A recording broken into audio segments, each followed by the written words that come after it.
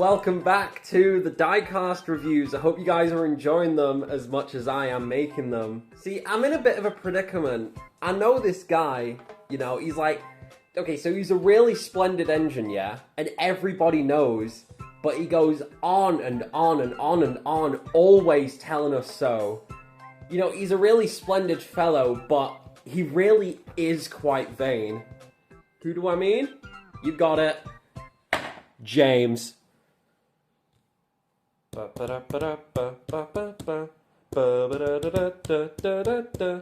will do the intro.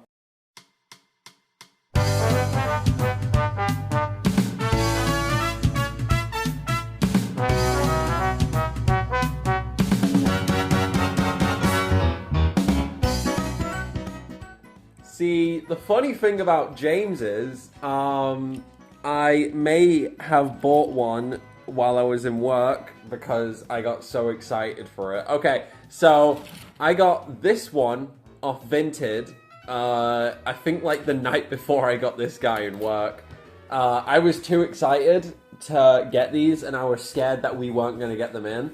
I don't know why we wouldn't get them in, but we did. So now I've got two Jameses, but I ain't complaining because this James is sweet. On the top of the box, you've got the usual. You've got the Thomas & Friends logo, you've got James's name, the Fisher-Price logo, the little fucking set number things here. I don't know what those mean. Let me know below what they mean. You got the 80th anniversary logo, you've got the Metal Collection banner, and then the James render from 2009, because, of course, you know? He does look really good there, though.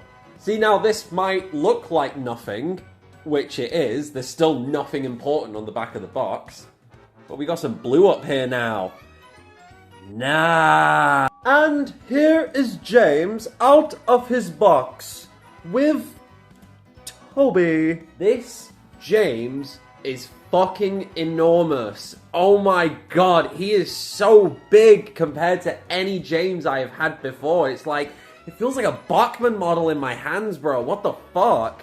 First up, we're going to take a look at James's face, and good god, this is the best one in the range so far. His expression with his eyebrows going down, he looks so cheeky, man. And the printed crow's feet, dude, that looks incredible. I like to think with his eyes facing my left, you know, and Thomas is facing my right, it's like, you know, they can talk to each other, you know, they're just chatting or competing. I don't know, that's the best thing, you can use your imagination with these. While Thomas is here, actually, I want to point out, James's face is bigger now.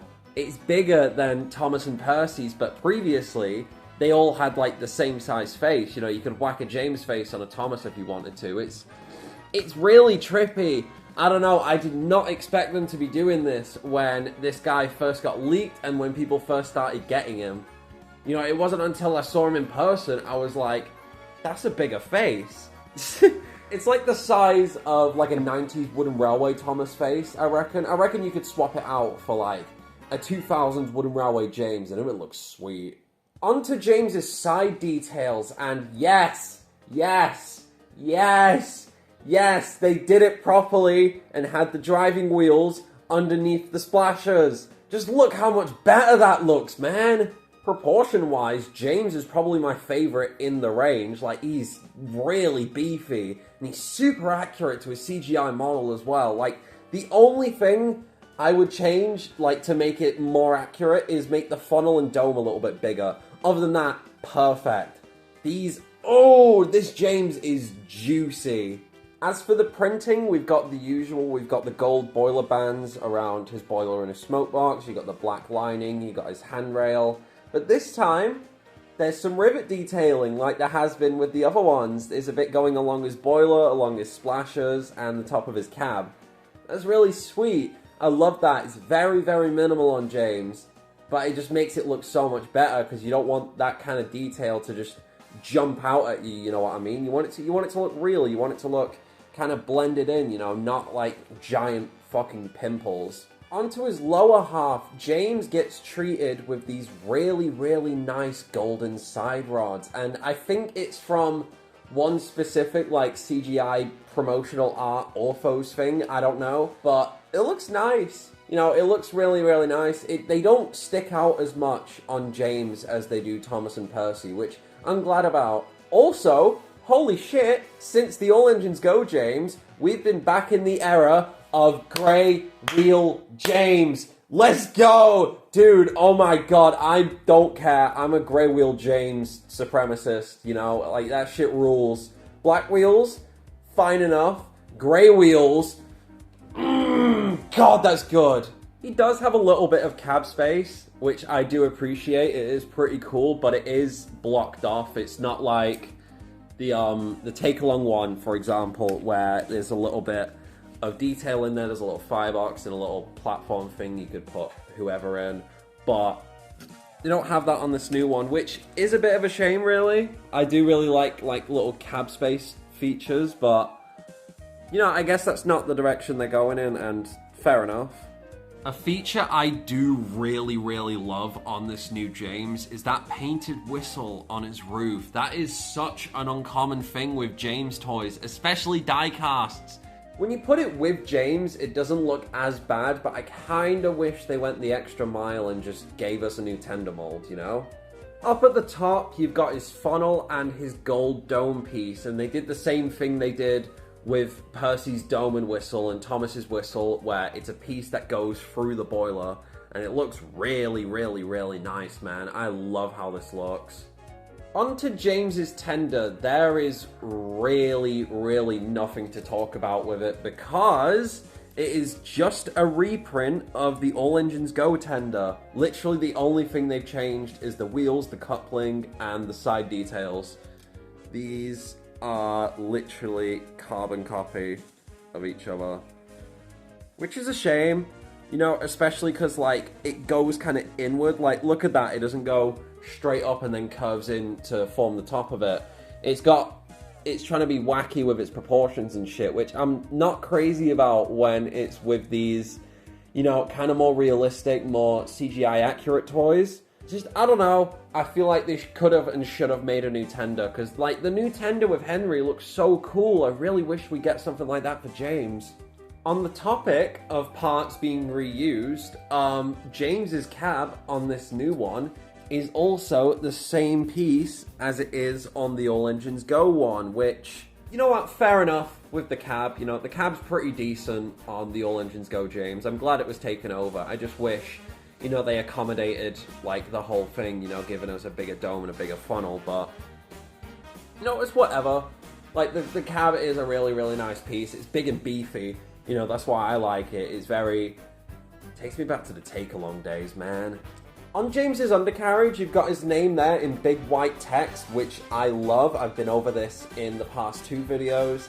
And we got screws, baby! Let's go! That's awesome. That is the way I love to see these things assembled, because I'm getting those side rods off. I'll BRB.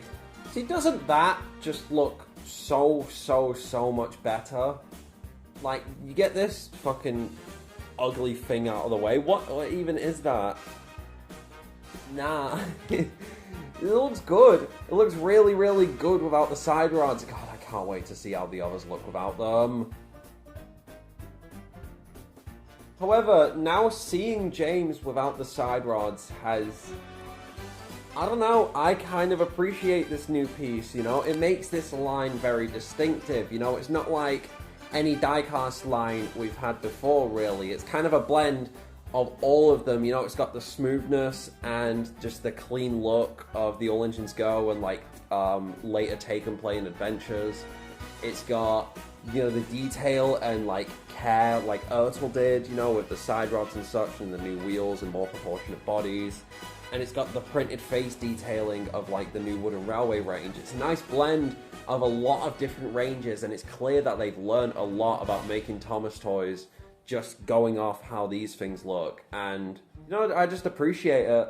You know, I appreciate when people care about what they do, and especially when it comes to something that I care about. And I don't know if you guys knew this, but I really fucking care about Thomas the Tank Engine. So, if you'll just give me a moment, I'll put his side rods back on. Now we're going to get on to some size comparisons, and you guys are going to see why I really love this James. Here he is next to a Take and Play Thomas, and just look how much he towers over him. CGI accurate right there on a reel. This looks really cool. Actually, I'm gonna go get a CGI face for Thomas, BRB. Actually, no, we don't need to do that anymore because we have the new Metal Collection Thomas, and that looks like just a CGI accurate. Like, look how much James towers over him. That's so cool.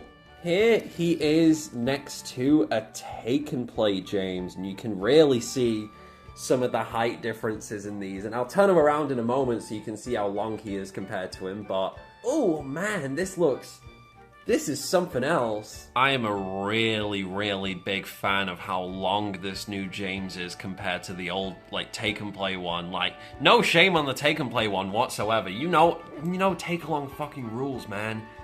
But this is juicy. I really like this. Something I can really give them credit for is their determination to not use the whole space, you know, make it look a lot more proportionate. This looks just straight up like they traced over CGI James and made a toy out of it.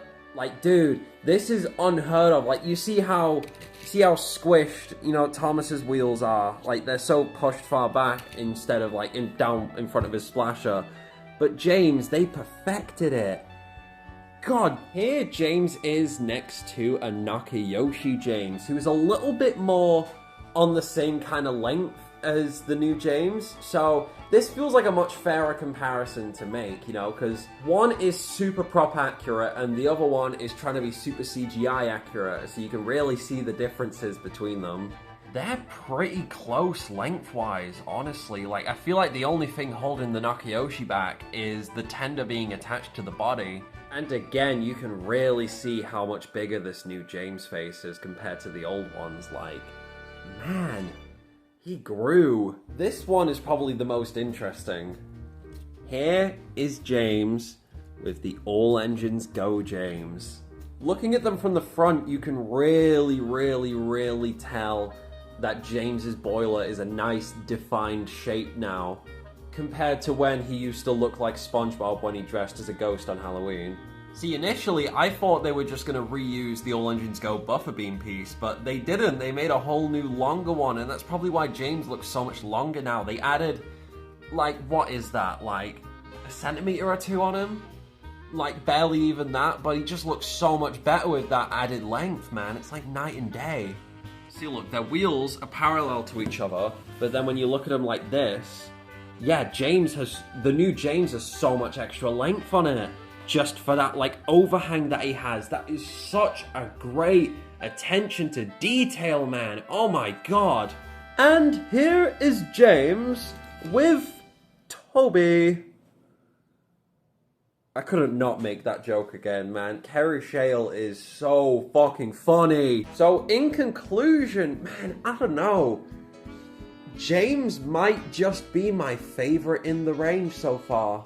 Stupidly accurate to his CGI model. He has all the things I like on a James. Those fucking grey wheels, man. And it's just overall such an upgrade from Jameses we've received in the past that are either too small, too long, too fat. This rules, man. This fucking rocks. I love this James so much. If you are going to go out and pick up any character besides Thomas, get James. James is the one. James is the reason why you should collect this range. If you love James as much as I do, because I love James, I think James is fucking lit. If you love James, you better go out and pick up this James right now. You owe it to yourself to get this thing if you love James.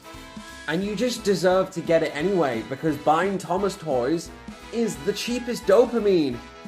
When it's actually cheap. I was expecting Thomas to blow my expectations, yeah. I was expecting Percy to not be as good as Thomas, but still be pretty damn good. I was not expecting James to be the best in the range. Absolutely mental. This is one of the best James toys of all time. Sure, he has his problems, yeah, but what Thomas Toy doesn't, really, at the end of the day, if we went off problems that Thomas Toys have, none of them would be good, because none of them are accurate. You really think this looks like a train that works on a railway? Like, what the fuck is that magnet? I think I've made my point pretty clear. James is fantastic. If you were gonna go out and pick up any of these, it's James.